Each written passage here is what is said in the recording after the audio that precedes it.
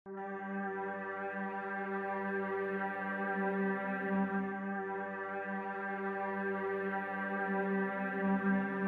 эртең менен Ош шаардык билим берүү башкармалыгынын имаратынын чатыры күйүп кетти. Жерине өзгөчө кырдаалдар башкармалыгынын кызматкерлери тартылып, өрттү өз убагында курчоого алышкан.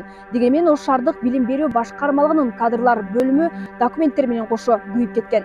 Таңзарда орун алган тилсиз жөө 6:00-дө курчоого алынып, 1,5 сааттын ичинде толугу менен өчүрүлгөн. Өрттүн көлөмү чоң болгондуктан жерине 3 бөлүм тартылган. Кырсыктын кесепетинен имараттын бир бөлмөсүнүн 13 чарчы метр аянты жана жыгач устунду тунике жабылган чатырынын 180 чарчы метри күйгөн. Учурда кырсыктын келип чыгуу себеби жана келтирилген материалдык чыгымдар эсептелүүдө. Өрт кырсыгынан адам өмүрүнө коркунуч жаралган эмес. Азыр билим берүү башкармалыгынын кадрлар бөлүмү толугу менен күйгөн дагы, андан уланып зданиянын чатырына өткөн 192 жалпы аянты 192 квадрат метр болгон өрт кырсыгы катталган.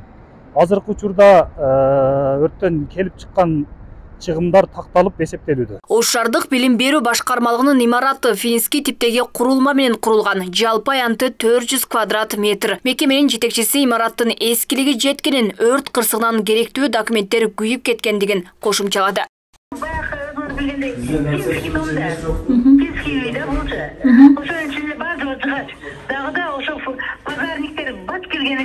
Son bol cevap nime olup kaldı, öçülüldü.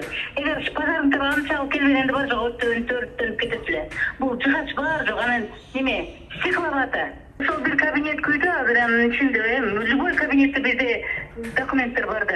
Бардыгы кабинетибизде. Ош шаарында жыл башынан бери 18 өрт кырсыгы катталган, анда келтирилген материалдык зыян 4,220,653 сомду түзгөн. Эске салсак, буга чейин Ош шаардык прокуратурасы Ош шаардык билим берүү башкармалыгынын бир нече кызматкерине кылмыш ишин козгогон эле. Ага ылайык жергиликтүү прокуратура былтыр мамлекетке жалпы 1,905,987 сомдук ири өлчөмдө зыян келтирилгенин аныктаган. Алмагүл Эркебай кызы, Жылдыз Кадырбаева, Ош ТВ.